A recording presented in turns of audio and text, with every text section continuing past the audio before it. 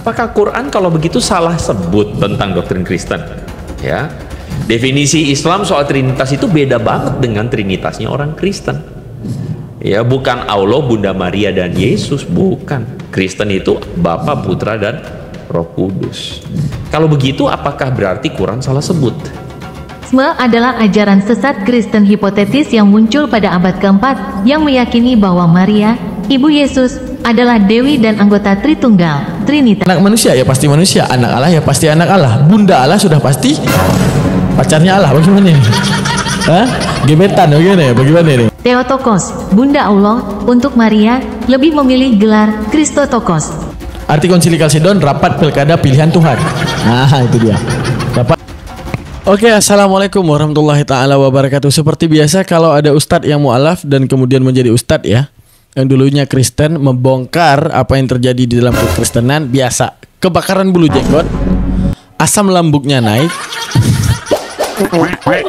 Itulah Andre Tangtung. Kepanasan.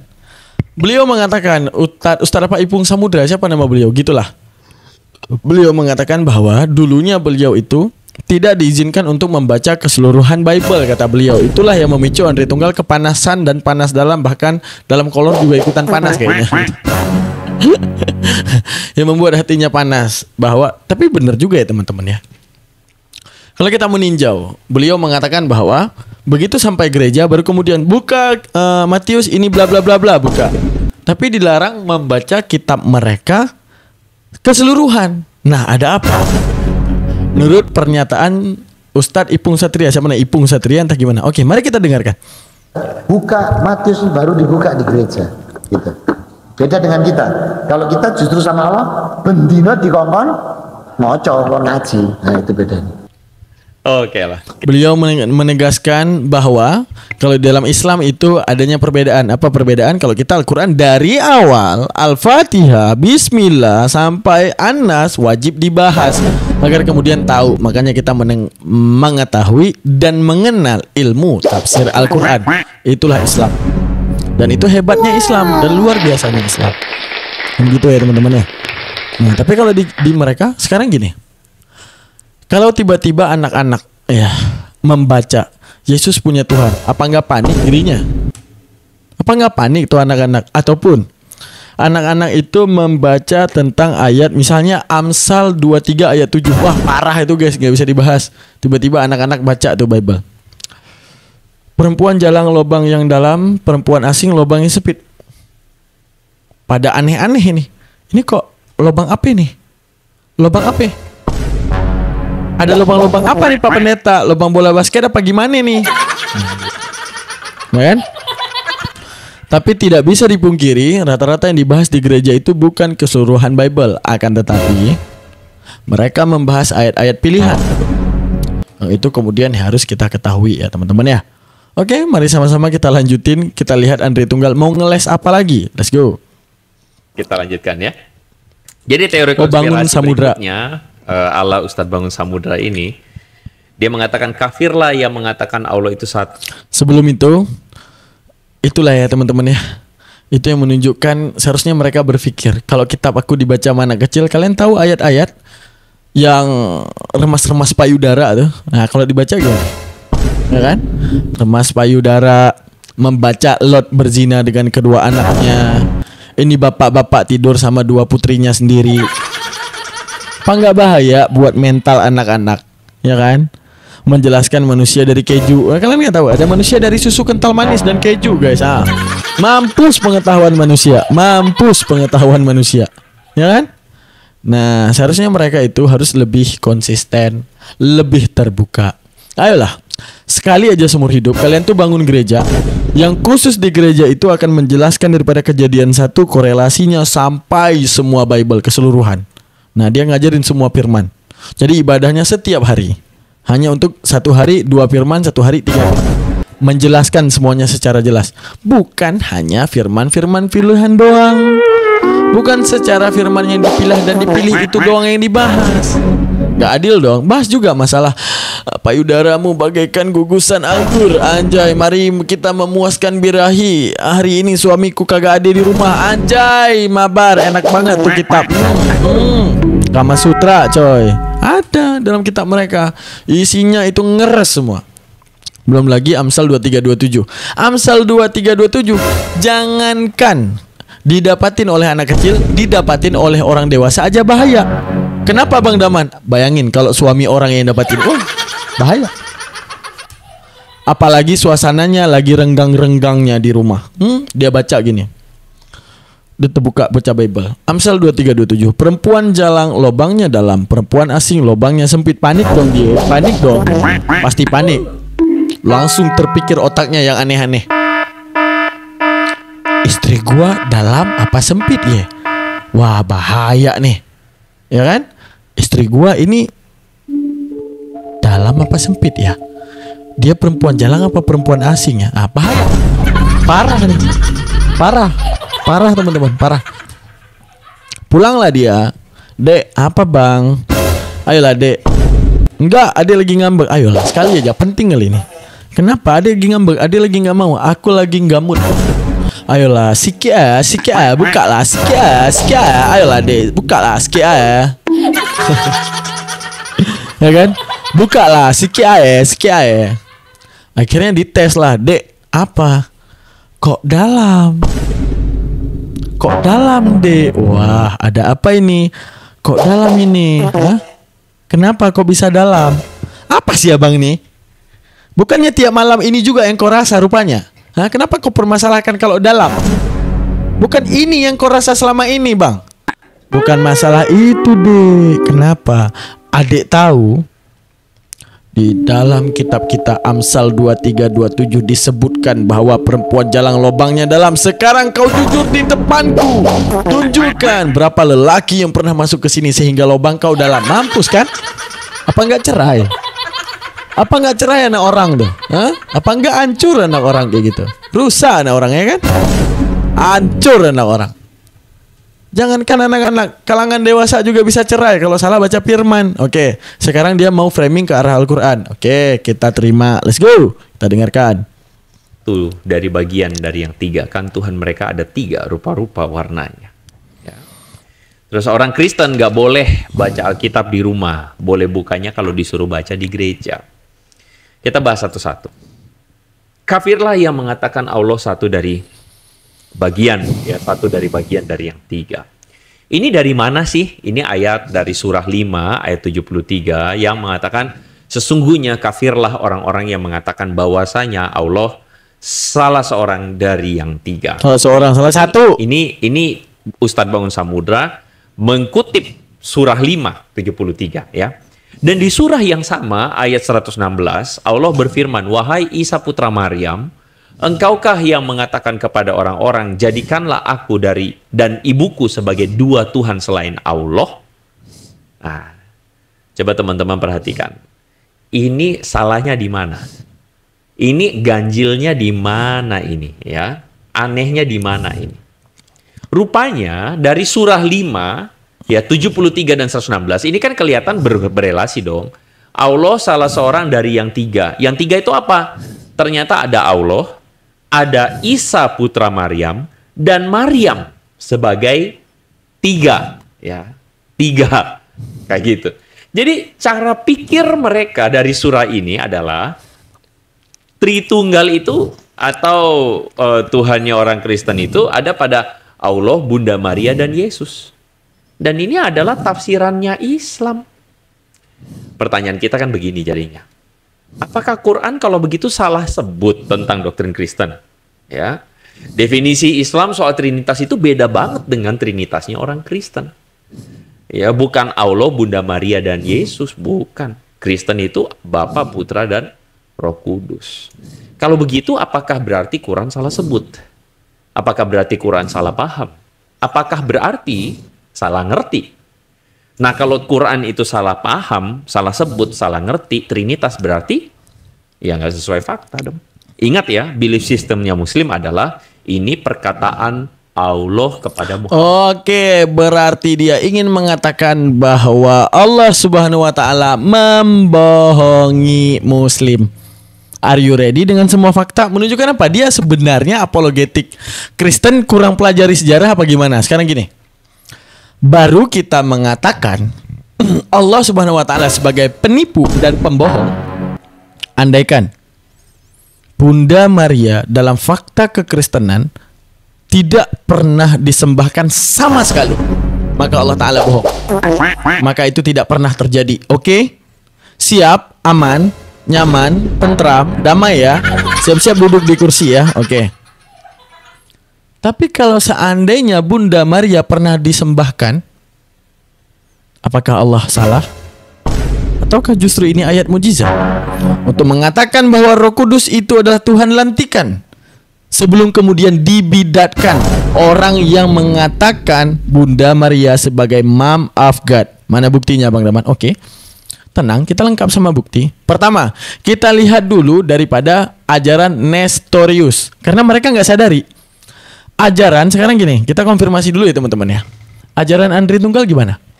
Dia meyakini bahwa Bunda Maria, ya, ini ajaran Andri Tunggal nih. Dia meyakini Bunda Maria itu sebagai bunda biasa. Artinya hanya perantara untuk Yesus Kristus lahir.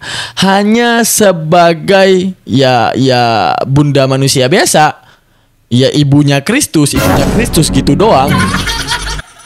Beda dengan Katolik. Kalau Katolik dia meyakini Bunda Maria itu punya keistimewaan gitulah. Oke. Sekarang ya itu urusan dapur mereka lah, biar mereka berdebat sampai hari kiamat ya bodo amat, kita nggak peduli juga, biarin aja mereka berantem kan gitu ya. Yang berantem juga mereka ya, orang kita udah damai ya. Mereka sama Tuhan aja belum selesai sampai sekarang ya guys ya, jadi mereka sama Tuhan aja belum kelar sampai sekarang. Oke, kita buka faktanya. Sekarang ada satu ajaran yang dibidatkan, ya, yaitu adalah tidak mengakui Bunda Maria sebagai Tuhan. Itulah ajaran Andri Tunggal. Sekarang kalau ditanya kepada mereka, siapa Bunda Maria? Ya manusia biasa, menjadi perantara tempat lahirnya Yesus Kristus. Cangkang lahir doang. Padahal itu adalah ajaran yang diyakini dalam gereja. Dia adalah ajaran yang dibidatkan oleh Kristen-Kristen Barat. Arti dibidatkan, ini adalah ajaran yang sesat. Kalau meyakini Bunda Maria itu hanya sebagai manusia biasa. Nih, dengerin ajarannya Nestorianisme, dengar. Nestorianisme adalah ajaran Kristen yang muncul pada abad ke-5 yang menekankan pemisahan total antara sifat ilahi dan manusiawi Yesus Kristus.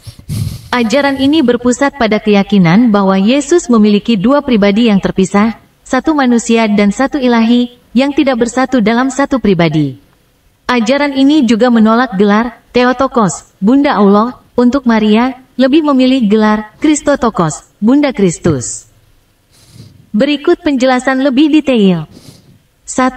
Inti ajaran Nestorianisme. Nestorianisme mengajarkan bahwa Yesus Kristus memiliki dua kodrat yang terpisah, kodrat ilahi dan kodrat manusiawi, yang masing-masing memiliki kepribadian sendiri. 2. Pemahaman tentang Yesus. Mereka memahami Yesus sebagai dua pribadi yang berbeda, yaitu Yesus manusia dan Logos, Firman. Allah yang ilahi, yang berdiam dalam diri Yesus manusia. 3. Penolakan Theotokos. Nestorianisme menolak gelar Theotokos, Bunda Allah, untuk Maria, karena menurut mereka Maria hanya melahirkan Yesus dalam kodrat manusianya, bukan dalam kodrat ilahinya. Oke, kita simak dulu. Nestorian ini adalah ajaran yang dianut oleh Andri Tunggal, sehingga mereka nggak punya landasan iman. Karena ada rapat Bapak Gereja untuk membidatkan ajaran ini. Sekarang ini ajaran dari siapa ini? Kalau aku tanya kepada kalian semua ya, coba perhatikan. Ini ajaran dari siapa? Pertama, Nestorianisme adalah yang muncul abad ke-5, menekankan pemisahan total antara sifat ilahi dan manusia Yesus Kristus. Ajaran ini berpusat pada keyakinan bahwa Yesus memiliki dua pribadi yang berbeda dan terpisah, satu manusia dan satu ilahi, yang tidak bersatu dalam satu pribadi. Oke, sekarang gini. Pemahaman Theotokos bahwa adanya tiga pribadi. Pribadi Allah, Putra, dan Roh Kudus. Menekankan dengan pribadi yang terpisah. Beda dengan ajaran Oneness. Kalian tahu Oneness? Bagi Oneness, Yesus itu menyemat ilahi. Tapi kalau Tritunggal berkamuflase di balik nama ilahi. Maksudnya tahu nggak gini? mengatakan Yesus 100% manusia dan 100% ilahi. Masalahnya 100% manusia dan dirinya adalah ilahi yang bersatu dalam tubuhnya. Lalu bagaimana dengan ilahi yang ada di langit yang disebut Bapa? Itu menunjukkan apa? Ajaran Nestorian yang terselubung di balik Tritunggal. Itulah yang berusaha dibidatkan oleh Oneness. Karena pemikiran Oneness, mereka itu menganut hasil daripada Konsili Kalsedon. Di dalam Konsili Kalsedon memahami bahwa dalam pribadi Yesus Kristus, ilahinya include siapa ilahi, yaitu Sang Bapa itu sendiri ada di dalam tubuhnya. Nih, mari kita dengarkan. Sekarang yang menolak Bunda Maria sebagai Bunda Allah apa? Ajaran apa? Nestorian yang dianut oleh Andre Tunggal. Karena bagi keimanan Andre Tunggal, Bunda Maria hanya manusia biasa. Tidak ada yang namanya itu, dia itu Theotokos, bundanya Allah. Seperti yang dibilang, anak manusia ya pasti manusia, anak Allah ya pasti anak Allah. Bunda Allah sudah pasti pacarnya Allah. Bagaimana ini? Hah? Gebetan bagaimana ini? Nah, Oke, sekarang kita simak fakta pembidatan Theotokos, pembidatan Nestorian. Sekarang gini, coba kalian simak Konsili Kalsedon yang mereka yakini sebagai pusat keagamaan Tritunggal justru berbeda jauh daripada hasil rapat. Paham maksudnya? Rapat Konsili Kalsedon membahas pembidatan di balik kekristenan. Yang dibidatkan pemahaman Nestorian. Pemahaman Nestorian, kalian nilai sendiri.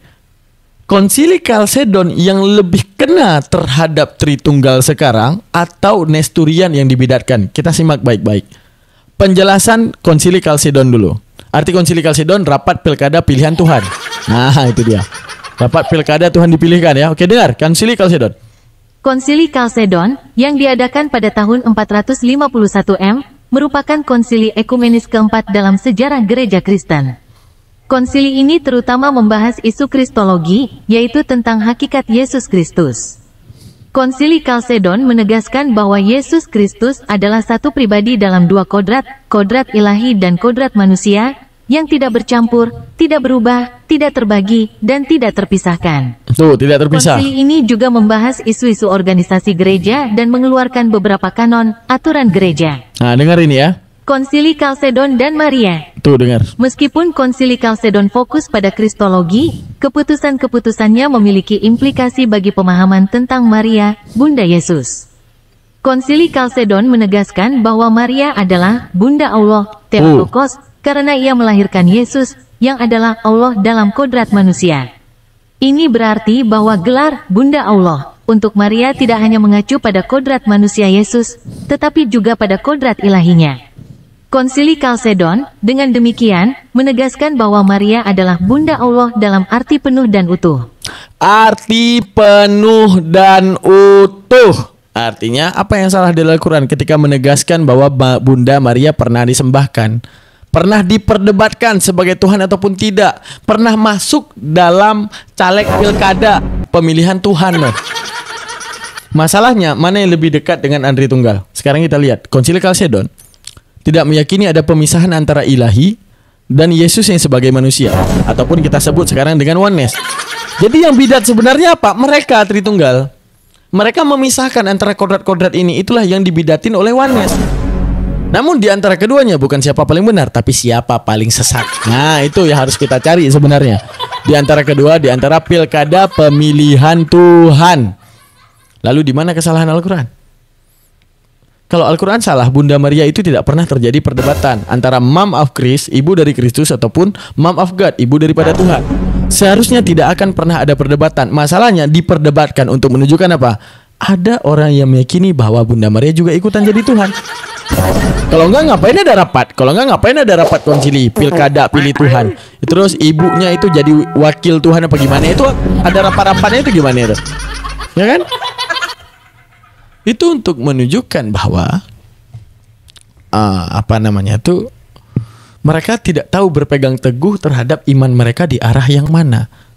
Sekarang coba kita lihat. Oke, ajaran yang paling eksplisit menyembah Bunda Maria adalah ajaran Koliridianisme, teman-teman. Ini kok nggak bunyi ini ya? Bunyi dulu. Gitulah. Capek aku ini. Nggak bunyi dia pula. Kolirdianisme, simak baik-baik. Munculnya pada abad keberapa? 4. Pegang 4 itu dan genggam. Pegang 4 itu dan genggam. Pegang 4 itu dan genggam. Oke, pegang. Lihat dan perhatikan baik-baik. Kita simak penjelasan AI. Koliridianisme adalah ajaran sesat Kristen hipotetis yang muncul pada abad keempat, yang meyakini bahwa Maria, Ibu Yesus, adalah Dewi dan anggota Tritunggal, Trinitas. Mereka diduga menyembah Maria dan menawarkan kue atau roti gulung yang disebut koliris sebagai persembahan. Jelas? Merupakan bagian daripada Trinitas. Simak baik-baik lagi. Abad keberapa teman-teman? Silakan. Keempat. Ajaran Andre Tunggal kapan datang? Kapan datang teman-teman? Abad ke-5. Siapa lebih duluan? Koliridianisme ini dengan ajaran Andre Tangtung lebih duluan disembahnya Bunda Maria sebelum Bunda Maria tidak lagi menjadi sesembahan. Pertanyaan saya, yang disematkan oleh Allah Ta'ala ajaran mula-mula apa ajaran nanti? Tidak. Bukan yang setelah hasil rapat. Allah Ta'ala lebih jitu. Apa lebih jitu? Ajaran mula-mula kalian menyembah Maria. Luar biasa bukan? Luar biasa. Selamat datang di kebenaran. Itulah mujizat daripada Al-Quran. Itulah mujizat daripada Al-Quran. Ngapain Al-Quran nyebutin yang abad ke-5? Yang paling awal tuh, di mana mereka menuhankan Bunda Maria dan menjadikan Bunda Maria anggota daripada Tritunggal. Ini udah kayak parlemen ini, tuan, ini udah kayak parlemen. Belum lagi orang yang berpaham konsili. Kalau orang yang berpaham konsili lebih jauh lagi. Orang yang berpaham konsili kapan? Nih, 451 baru nanti ada penetapan Bunda Maria itu. Sedangkan Koliridianisme abad keempat. Sedangkan Nestorianus itu berada di abad kelima. Ya, siapa lebih duluan yang ini? Jadi Al-Quran lebih jitu dalam mengatakan hal yang sama. Ngapain sebutin Allah Putra Bapa Roh Kudus? Ngapain? Mending disebutin Al-Quran ajaran paling mula-mula. Apa ajaran paling mula-mula? Menobatkan Bunda Maria sebagai anggota parlemen Tritunggal. Terbukti sudah? Terbukti sudah? Jadi apa yang kau tertawakan daripada Al-Quran seakan engkau menobatkan? Al-Quran tidak tahu menahu soal kekristenan. Al-Quran jauh lebih tahu daripada apa yang kalian tahu. Karena dikatakan oleh Allah, am taqulu anna Ibrahim wa Ismaila wa Ishaqa wa Yaquba wa asbataqan hudan aw nasara. Apakah kalian akan mengatakan bahwa Ismail, Ishak dan Yakub, Yesus, Isa, Musa, semuanya bahkan Nabi Muhammad itu menyembah Tuhan-Tuhan dengan apapun yang kalian sembah? Mengatakan mereka beragama Yahudi, mengatakan mereka beragama Nasrani. Muhammad katakan kepada mereka, afata'lamuna amillah, bahwa langit dan bumi ini aku yang ciptakan, adakah lebih mengetahui selain aku?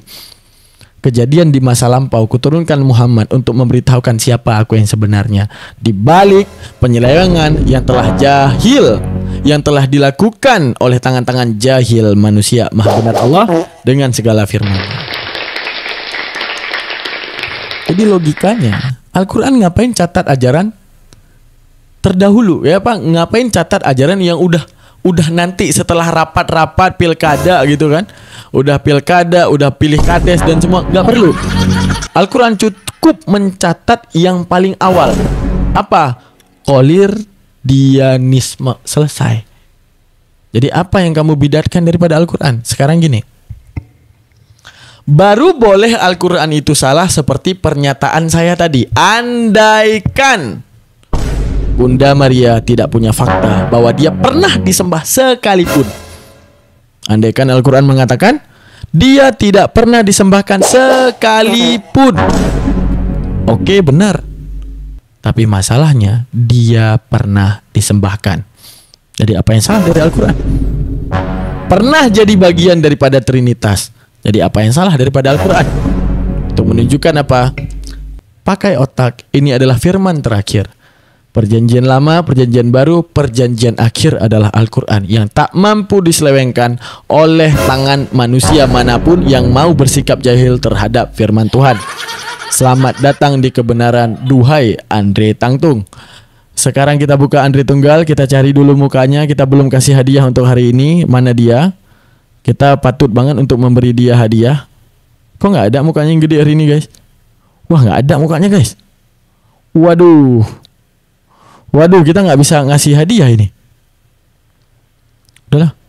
Wah, dia nggak ada yang gede. Oh, gini caranya. Kita kasih pakai yang ada gedenya. Ini ada gede. Ini gede kali ini. Udahlah, gini aja ya. Yang penting bisa kasih hadiah. Kita kasih hadiah dulu nih anak. Pasti tahu. Teman-teman orang Kristen pasti tahu. Mana dia? Nah, ini dia. Kita kasih hadiah dulu. Nah, bagus. Pokoknya dia harus dapat hadiah. Nggak mau tahu. Kasih, Bang. Kasih hadiahnya. Bagus. Bagus. Ajar, Bang. Mantap, Bang.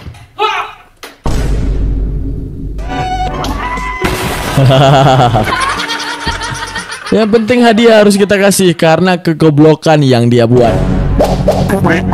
Kita geplak lo sekali. Jangan ya, geplak. Dasar Andre Tunggal. Oke, jangan lupa nyanyi. I believe I can fly.